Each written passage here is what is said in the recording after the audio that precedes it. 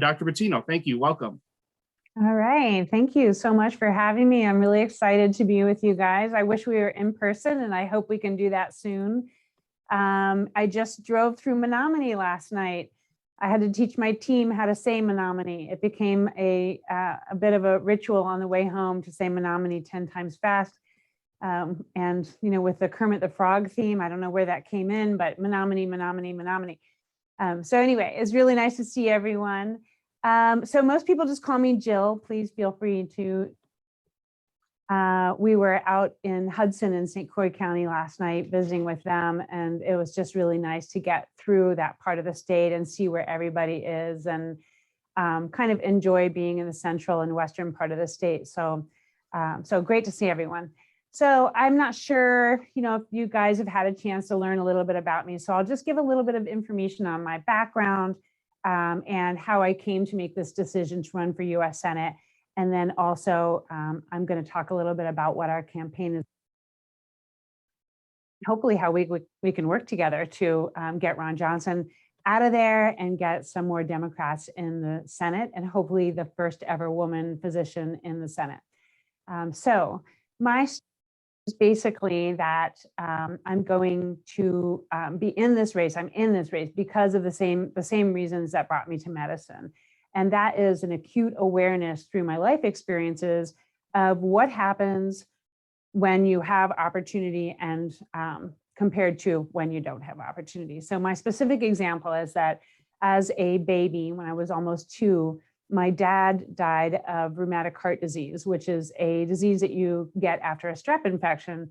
I'm sure everybody here knows about strep throat. You know, you've either had it yourself a handful of times, your kids, your grandkids, whatever. Strep throat's a very common thing.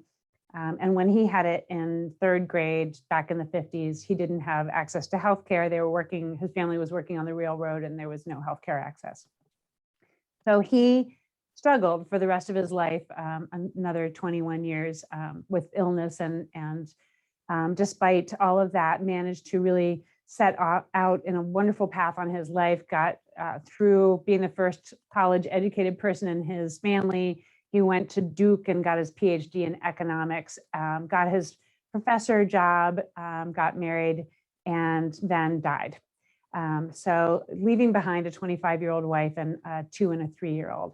And I watched my mom deal with that. She had to get herself through college and eventually also got herself through her education. And it was a struggle. You know, we had times when we didn't have money to heat our home and also to buy groceries. And so we turned down the heat and put plastic over everything, just like, you know, we all need to do sometimes at tough times in our lives. Then my brother was born when I was about 10, and he was a premature baby. He weighed 2 pounds and 2 ounces.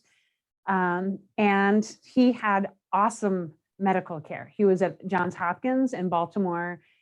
He had a team of pediatric neonatal intensive care specialists and neurosurgeons, and he did as well as a teeny baby that's not likely to survive can.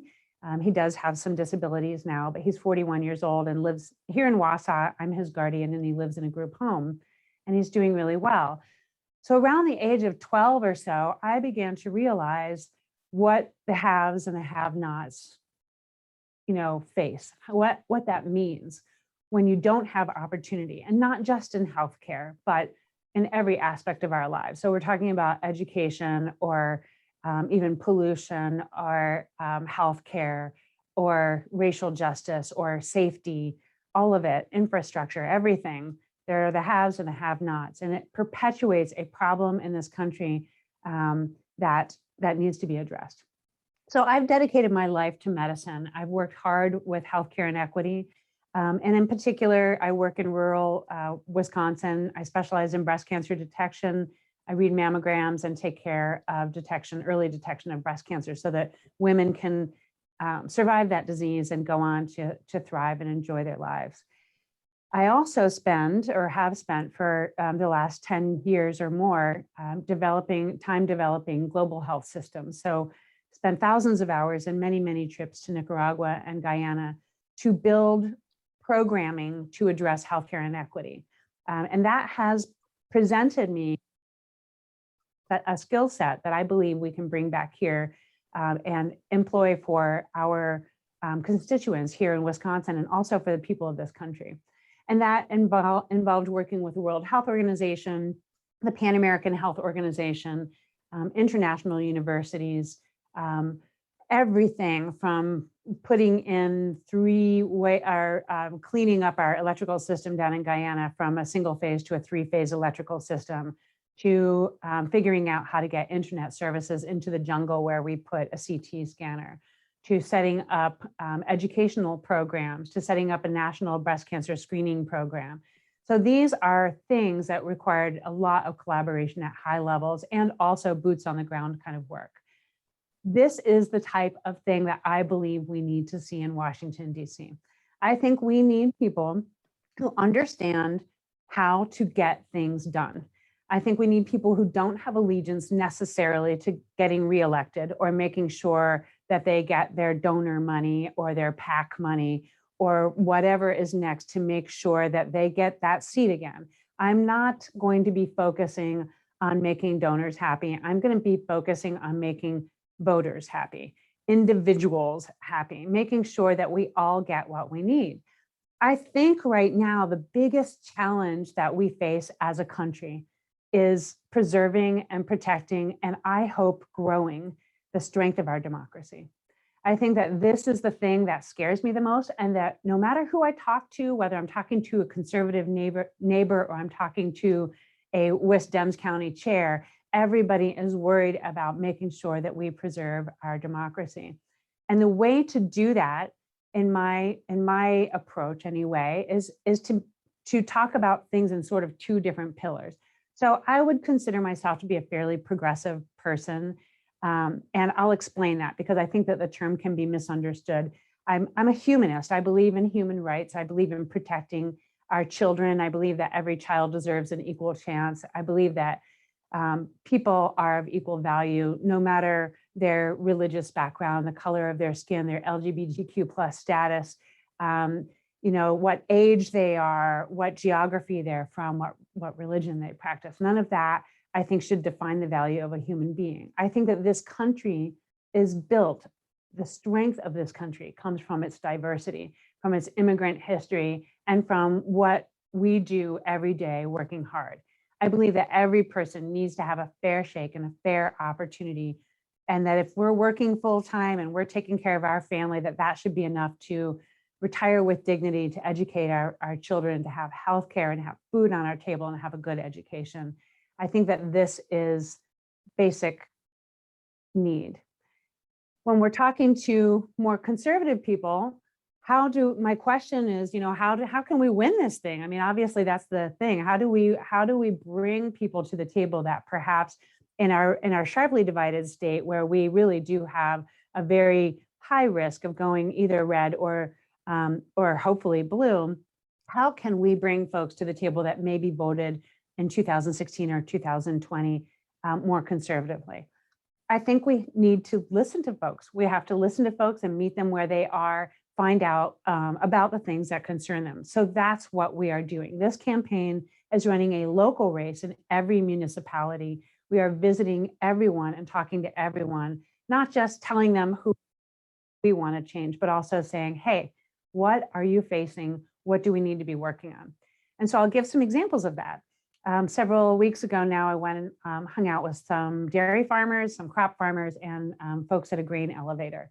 And I learned that day, they're not particularly concerned with a lot of the very progressive agenda, but they are concerned about immigration reform because their dairy farms are run with migrant workers.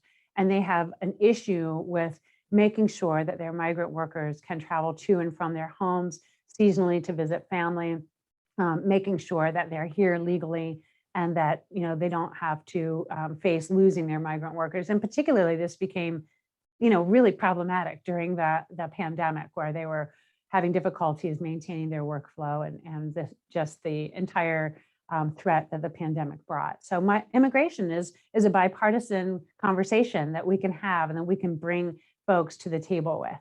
Another thing is certainly infrastructure. The dairy farmers told me my broadband goes down, my internet goes down, and I can't run my business. I can't fill my orders, I can't sell my milk, I can't communicate what we need and what we have to move forward with the business. So that's an issue. The grain elevator, people told me the 6 weeks after the frost, we have to make 4 to 5 times as many trips because the roads will not tolerate the weight of our trucks. So it's a very big difficulty for us. It costs money. It also delays deliveries for dairy farmers who are counting on that grain. So these are some of the issues that I think are really important and that we need to talk to folks about. I spoke with Tammy Baldwin not too long ago. What a wonderful, lovely lady, and so helpful and encouraging and supportive. And she said, people will split your ticket. So we need to focus, split their ticket. So we need to focus on getting folks involved and out and voting in this primary and in this election that will really strengthen the presence of the Democratic Party here in the central and western and northern and southern part of the state that's not Dane County and not Milwaukee, where people are really looking at different issues. So I feel very excited about my geographic location and the ability to just drive 2.5 hours north or an hour to the, just down into Columbia and Clark counties pretty easily to talk with people and meet with people and find out what we need to deal with. So that's kind of where we're coming from. We've got a great big team here. We have 30 people in our campaign right now. We have 22 students and interns this summer and volunteers, and they're working in everything from communications to scheduling to IT to data. And we're making our phone calls, we're getting out there and connecting with folks. And we also have a campaign manager, a deputy campaign manager, both who ran Frank Mervan's campaign in the 1st District of Indiana. And he is in Washington now, and there were 14 people in his primary. So we've got lots of good experience here with the team, and we're ready to go. So I'll talk a little bit about our policies, and then I'd love to hear from you, any questions, any ideas or things that I should be aware of or that I can advocate for while I'm out there on the trail. So our primary places of policy development right now, the 3 that we're starting with, are healthcare. And certainly as a physician, I think that it's very obvious that as a physician, I need to be believing strongly and advocating for healthcare as a human right, and making sure that everybody has access to the care that they need. For me, that means pushing for Medicare for all. I don't expect to get there the day after I'm elected in, but I do want to grow and expand our ACA programs and start by adding hearing. I have bilateral hearing impairment, so I require hearing aids to communicate with people effectively. And so I'm very near and dear issue to me is making sure that people have hearing and dental and vision, end of life care, hospice care, if you will, that we address the expense of pharmaceuticals, and that people have the healthcare that they require, that they're not waiting until they're really sick or they're not getting their mammograms. We saw a huge bump in advanced breast cancer over the last year because of people not coming in for their screening mammograms. So spread the word, everybody get their mammogram, but definitely healthcare is a very big issue for this campaign and something that we're really proud to be working on. The second thing that we like to talk about is climate change solutions. And the reason that that is so exciting is, first of all, we have Ron Johnson, who doesn't believe that climate change is an issue, which is in and of itself quite disturbing, but it's also a wonderful opportunity. So not only can we save this planet and make sure that we leave a healthy, beautiful planet for our kids and grandkids. I don't know if I mentioned I have kids. Did I say anything about that? So I do have 6 children. I definitely am invested in the future of this planet for my children and hopefully my grandchildren someday. So, reducing our carbon emissions and improving our agricultural sustainability with things like regenerative farming, also utilizing our wind energy and solar energy. And we have wonderful wind energy here in Wisconsin. I myself have a 15 kilowatt wind turbine in my back 10 acres. So, these are things that I think we really need to focus on and grow. But the other wonderful advantage here is an opportunity to use the climate change solutions effort as a mechanism of job growth, economic security, financial security for our farming communities, for our working class, to work on redistribution of wealth in this country. One of my favorite and shocking facts is that when the baby boomers were turning 40, they owned about 21% of this country's wealth. And right now, our millennials are turning 40 and they own 4.6% of this country's wealth. And Mark Zuckerberg owns 2 of those percentage points. So our millennials minus Mark own 2.6% of this country's wealth. So obviously there has been a terrible problem. CEOs are making 300 times the amount of their average employer. So that their average employee, their median wage. So definitely centering the strength of unions and empowering our unions within a culture of building, rebuilding, and improving our infrastructure in the face of climate change solutions. I think that is all part of what we really need to embrace. I love the ideas within the Green New Deal. It puts racial equity and all sorts of justice at the center and kind of builds this climate change solutions combined with economic growth. And then the third thing that I am very interested in and that I think we should all be focused on is, of course, immigration reform. And that, to me, is something that I think I remember back in the 1980s when I was in high school, Dukakis, talking about many of these same things. And it's disturbing to me that we are still having these conversations. And while there have been improvements in a lot of ways, I think the ACA was an improvement. Certainly immigration is not an area that we can be proud of at this point. And we do need to address our southern border, make sure that it's secure and safe, and also make sure that people who are fleeing situations that are unacceptable, so political asylum situations and also refugees, need to have a way to legally enter this country and also a way to contribute to our economy and a pathway to citizenship that is not obstructive. So these are the things that I'm very interested in, and there's lots more. I would love to also focus more on education and all sorts of other important issues right now, racial justice and improving our public safety and transportation and all of that sort of stuff. But those are sort of, you can see where I'm coming from and what I'm excited about and passionate about. And I would love to hear from you. Oh, no, that's wonderful. Lots of great information.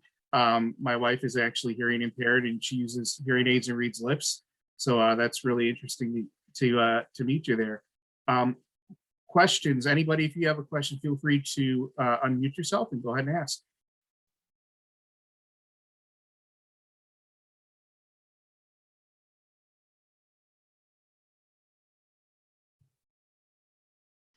Did you preempt? Oh, Beth. Yeah. Hi, Jill. I'm curious, in your conversations with the farmers and the people at the grain mill, how are they feeling about Ron Johnson these days? Typically, that seems to be an area that votes Republican. How are they feeling about what's happening? So I had several people who didn't know who he was, which I found interesting. I had several people who didn't know very basic information about our politics. They were more focused on their jobs, their grain prices, and stabilizing their grain prices so that they don't buy at noon when they're 5 cents down and then find that they could have bought, whatever, 6 hours later when they're 36 cents up.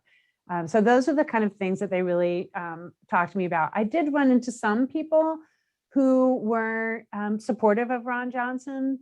And, over the course of these last couple of months, the way I've to best navigate those conversations respectfully and diplomatically is to acknowledge that Ron Johnson is not the same now as he was when he ran. I think he ran as a conservative businessman, and he's kind of lost his soul or his mind. I'm not really sure which, but and is really focusing on dividing people. And I think the whole term divide and conquer, that's what is going on right now in the Republican Party, just trying to promote racial separation and, so that we can't come together and work together and vote together.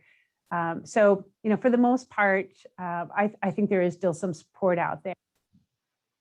I ran into support for Ron Johnson was I did something kind of courageous and scary. Last week, I went on the Regular Joe show, which is sort of a reincarnation of Rush Limbaugh from Milwaukee, is what it felt like to me. And there was a lot of positive talk about, well, not positive talk about Ron Johnson, but more like, well, what has he ever done wrong? And so they brought up certainly the issues with vaccine-related deaths. So Ron Johnson has been saying that there are 3,000 vaccine-related deaths, but our surveillance system that is created by the CDC actually allows anyone to report a vaccine-related complication or a suspected vaccine-related complication. So that 3,000 is unverified, lay people. So, I liken it to if I do a breast biopsy on a patient and then she, goes into the parking lot, and this has happened to me, and backs into someone, that's not my fault. My breast biopsy did not cause her fender bender. So it's sort of the same thing where we have people not really understanding, immunology and basic medicine and being concerned that there might have been a vaccine-related complication and reporting it as such. I believe that Ron Johnson knows that that's how the number is generated and that he's just using the number to separate and confuse people and dissuade them from getting the vaccine. The vaccine is safe and everybody needs to get it. So that's sort of what I'm seeing. There is definitely some allegiance to Ron Johnson still. Thank you.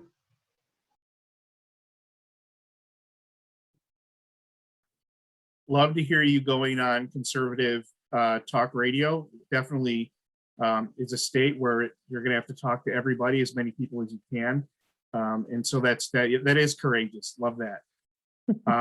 Any other questions, guys? Mark, anything? So I have a question, if that's okay. Sure. So in your area, in your county, what would you say are the top one or two things that are unique to your area that need to be good by folks who are aiming to represent you?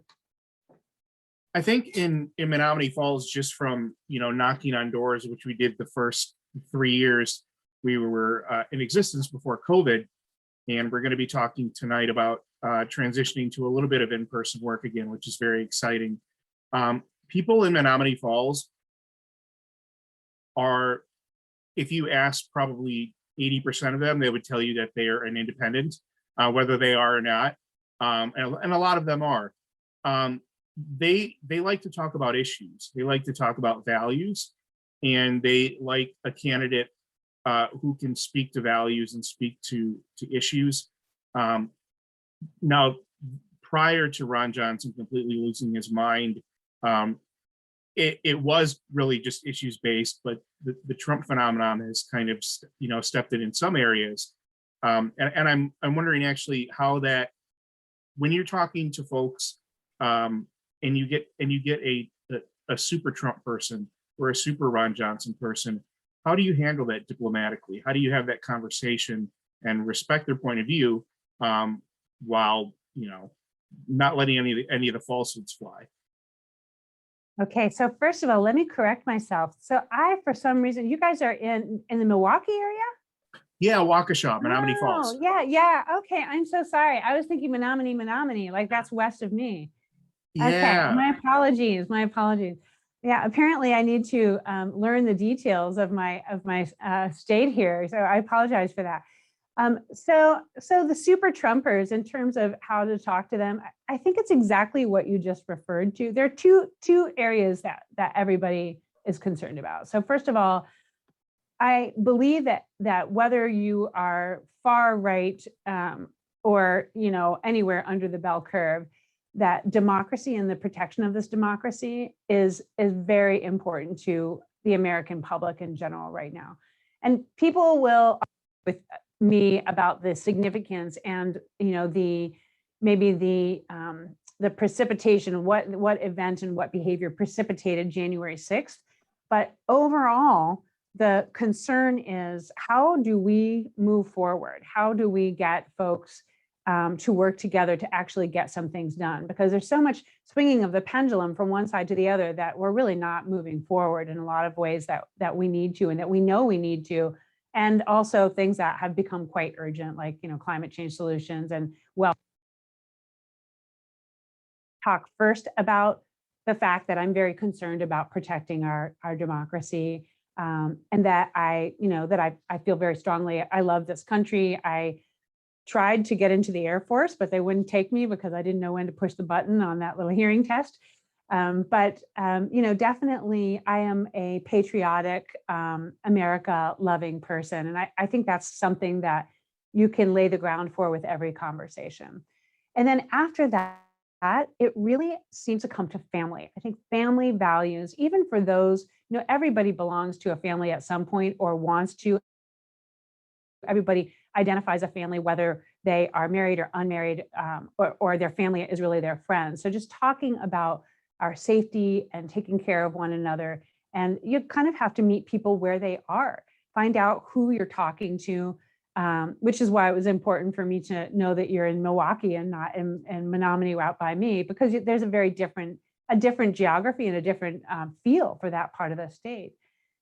So that is the story, is to really just meet people where they are and ask. So, you know, I have witnessed several speakers over the last several weeks where they pop in, give this kind of slam bam speech, and then they're poof, gone. And I'm thinking, you know, how can you really understand what you're fighting for if you don't sit down and eat a hot dog with somebody and find out, you know, what are the issues? So, you know, whether we're talking about infrastructure or I was out in Keweenaw County last Sunday, just a couple of days ago, and they have terrible problems with their clean water there. And, you know, apparently have 5 million human beings worth of manure, only it came in the form of a cow, to deal with, that's hitting their sheetrock and going into their water supply. So, you know, they're like unique issues that I believe that we have to pull out of every community to engage with folks. And then when you get in office, you have to do something about it. And that is what I love about Tammy Baldwin. She's doing things that matter to people, like making sure that she's good on her word. For example, definitely pushing the whole Buy American thing, which is something that she learned about in the Fox Valley and realized, you know, the challenges, a lot of the challenges that we're facing with people not buying American and affecting our manufacturing economics here, and the folks who are working in that arena here in Wisconsin. So that's where I start. You know, I have a lot of practice at this because I live in Marathon County, and my neighbors are all really conservative, and my patients are too. And I need my patients to trust me. And I think they can tell that I'm a little bit of a liberal when I walk in the room, you know, got the dangly earrings, and you know, I might be wearing the flowy skirt or something like that. We just dress differently and walk differently and talk differently. So how do you get somebody to trust you? Well, you do your homework, you're competent, you're respectful, you don't shame people for the votes that they've made in the past, and you make every effort to bring them to the table on some level, on some issue. There's always something that we have in common. So that's how I'm going to do it. And that's what I think we need to do as a Democratic Party. I've heard over and over again, you know, Democrats have a habit of getting in their own way. And I think this is one of the ways that we do it, is that we tend to alienate folks who don't agree with us. And you don't have to agree on everything in order to work together for a solution. Okay, thank you very much. Great.